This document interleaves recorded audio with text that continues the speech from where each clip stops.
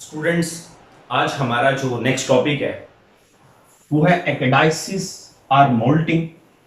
इस टॉपिक से पहले हमने टाइप्स ऑफ स्केलेटन पढ़ी, जिसके अंदर हमने हाइड्रोस्टैटिक स्केलेटन पढ़ा। उसके बाद एक्सोस्केलेटन पढ़ा। एक्सोस्केलेटन हमने आर्थ्रोपोड्स के अंदर भी पढ़ा, आर्थ्रोपोड्स एक्सोस्केलेटन। और आर्थ्रोपोड्स के अंदर एक प्रोसेस पाया जाता है जिसको हम एकेडाइसिस और मोल्टिंग कहते हैं। ये एक्सोस्केलेटन वाले टॉपिक्स का जो है ना वो लास्ट वाला टॉपिक है एक्सोस्केलेटन में से।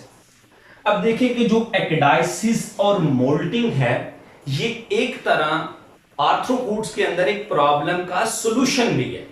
किस तरह से?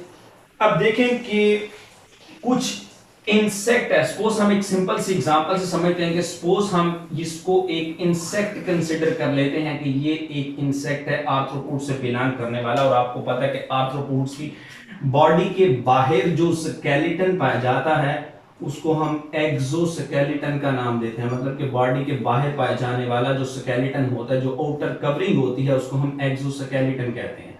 और आर्थ्रोपोड्स के अंदर एक्सोस्केलेटन पाया जाता है।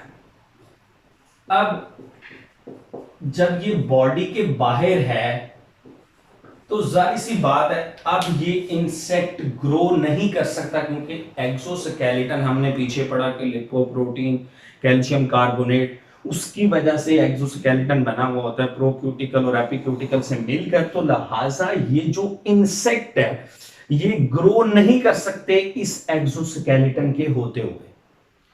अब ये इंसेक्ट क्या करेंगे कि ये इंसेक्ट इस एक्सोस्केलेटन को, ये कुदरती यानी कि नेचुरल फिनोमिना है कि ये इंसेक्ट जो है ये अपने बॉडी के बाहर जो एक्सोस्केलेटन है, ये जो कवरिंग है, इसको रिमूव करेंगे और रिमूव करके ये बाहर आ जाएंगे। आगे हम स्टेप्स के अंदर डिस्कस करते हैं किस तरह से वो रिमूव करते हैं। अब ये इंसेक्ट से, यानी कि ये जो इंसेक्ट है ये उस वाली कवरिंग से इसने एक्सोस्केलेटन को ब्रेक किया और बाहर आ गया। बाहर आने के बाद इसने अपने साइज को ग्रो करवाया। मतलब कि इसका जो साइज है एक्सोस्केलेटन के होते ग्रो नहीं था कर सकता, इसलिए ये बाहर आया और इसने अपने साइज को बड़ा किया, ग्रो करवाया। उसके बाद ये जो इंसेक्ट है इसकी बॉडी के गिर्द दोबारा जो है अगेन क्या होता है कि एक्सोस्केलेटन डेवलप हो जाता है। मतलब कि पुराने वाला एक्सोस्केलेटन उतर गया और नए साइज के मुताबिक नया एक्सोस्केलेटन डेवलप हो गया। That process is called ecdysis और मोल्टिंग। इसको हम नाम देते हैं एकेडाइसिस या मोल्टिंग का।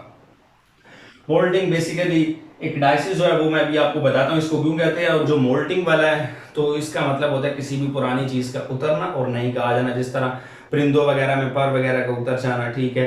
तो इस पॉइंट ऑफ व्यू से यहां पर कहा जा रहा है कि पुराने एक्सोस्केलेटन को उतारा जा रहा है और नए एक्सोस्केलेटन को बनाया जा रहा है according to the new size. That process is called ecdysis और मोल्टिंग।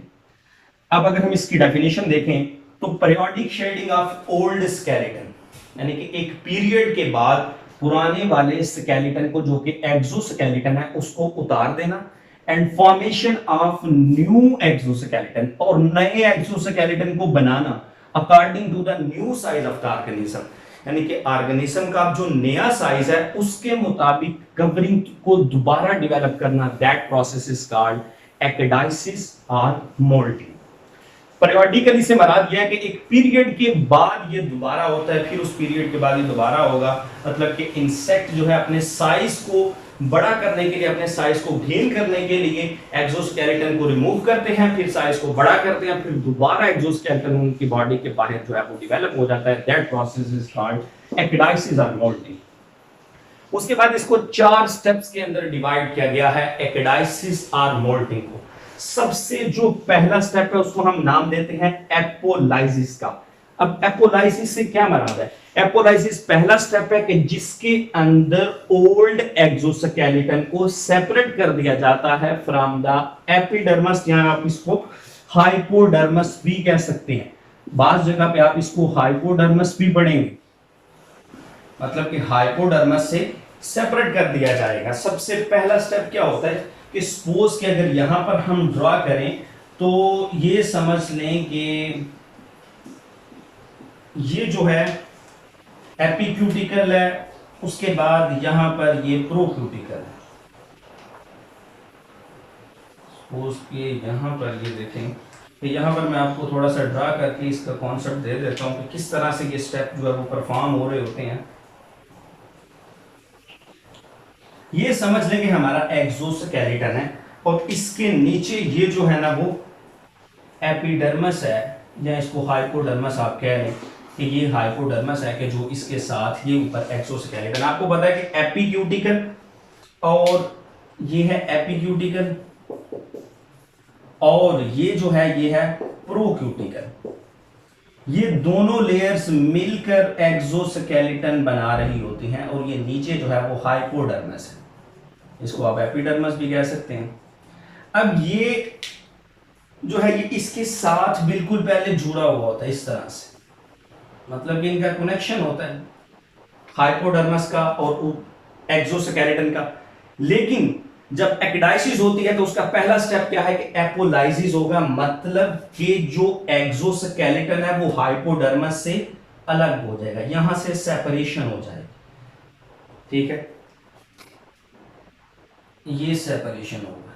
किसके थ्रू ये सेपरेशन होगी?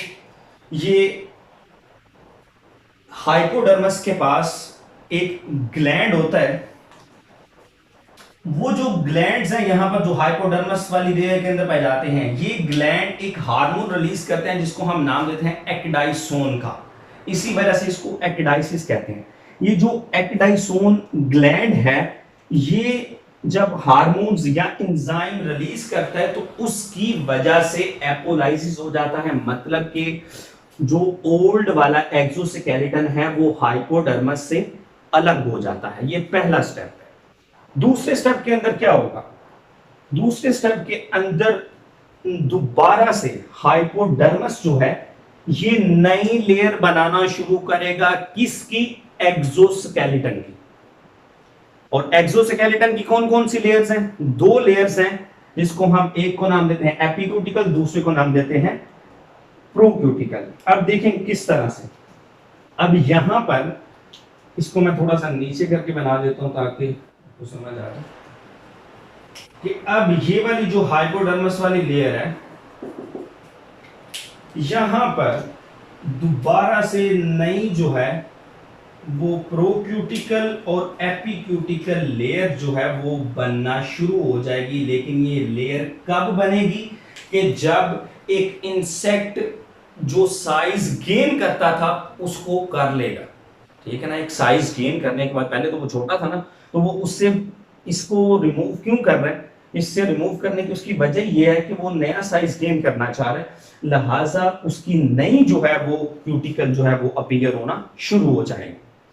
उसके बाद ये जो ऊपर वाला, ये जो अभी हमने अलहदा की है जो पहले वाली, अब हम इसको कह देते हैं कि ये ओल्ड एक्सोस्केलेटन है, पुराने वाला एक्सोस्केलेटन। अब इसके अंदर क्या होगा? पोर्स डेवलप होना शुरू हो जाएंगे। ठीक है, इसके अंदर दरारें आना शुरू हो जाएंगी, ये रप्चर होना शुरू हो जाएगा, यहां से ये रप्चर होना शुरू हो जाएगा। ठीक है, उसके बाद इसके अंदर सुराख डेवलप होना शुरू हो जाएंगे और ये टूट फूट का शिकार होकर, मतलब कि टुकड़े बनकर ये उतर जाएगा। ठीक है, अब क्या होगा कि अब ये वाली जो हाइपोडर्मस है ये टैनिंग का प्रोसेस परफॉर्म करेगी, जो कि चौथा स्टेप है। टैनिंग के प्रोसेस के अंदर क्या होता है कि आपको पता होना चाहिए कि एपिक्यूटिकल, मैंने आपको पहले भी बताया हुआ है कि एपिक्यूटिकल जो है ये थिन लेयर होती है, बारीक होती है, जबकि प्रोक्यूटिकल जो है ना ये थिक लेयर होती है। ये थिक होती है मतलब कि मोटी होती है। अब इसके अंदर एपिक्यूटिकल आपको पता है कि लिपोप्रोटीन से मिलकर बना हुआ होता है, जबकि प्रोक्यूटिकल के अंदर कैल्शियम कार्बोनेट होता है, उसके बाद प्रोटीन होती है, उसके बाद एक पॉलीसेकेराइड होता है जिसको हम काइटिन का नाम देते हैं। ये चीजें मिलकर तो प्रोक्यूटिकल बना रहे होते हैं। और प्रोक्यूटिकल को by the process of tanning, tanning एक ऐसा प्रोसेस है कि जिसके अंदर सेक्लेरिटाइजेशन होता है। सेक्लेरिटाइजेशन मैंने आपको बताया था, एक ऐसा प्रोसेस है कि जिसके अंदर प्रोक्यूटिकल को with the deposition of different minerals hard बनाया जाता है। hardening of procuticle is called sclerotization।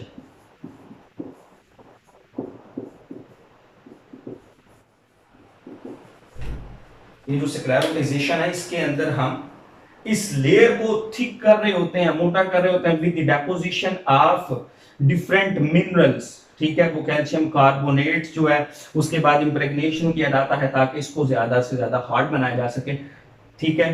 तो ये 4 स्टेप्स हैं कि जिसके अंदर हम एक्डाइसिस और मोल्टिंग के प्रोसेस को डिस्कस कर रहे हैं, ठीक है। सबसे पहला क्या है कि जिसके अंदर हमने अलहदा की इस पुराने वाली हाइपोडर्मस से पुराने वाले एक्सोस्केलेटन को अलहदा किया, उसके बाद नई लेयर बनाई। जब नई लेयर बन गई तो उसके बाद जो पुराने वाली लेयर है उसको तोड़ दिया गया। जब पुराने वाली लेयर तोड़ के उतर गई तो फिर जो नई वाली लेयर थी उसके अंदर डिफरेंट मिनरल्स वगैरह को ऐड करके तो उसको हार्ड और टफ बनाया, ताकि वो जो इंसेक्ट वगैरह है उसकी नए साइज वाली बॉडी को जो है वो प्रोटेक्ट कर सके, प्रोटेक्शन प्रोवाइड कर सके और बॉडी के डिफरेंट जो दूसरे फंक्शंस है वो परफॉर्म कर सके। ये था आज का हमारा प्रोसेस जिसको हम एक्डाइसिस या मोल्टिंग का नाम देते हैं।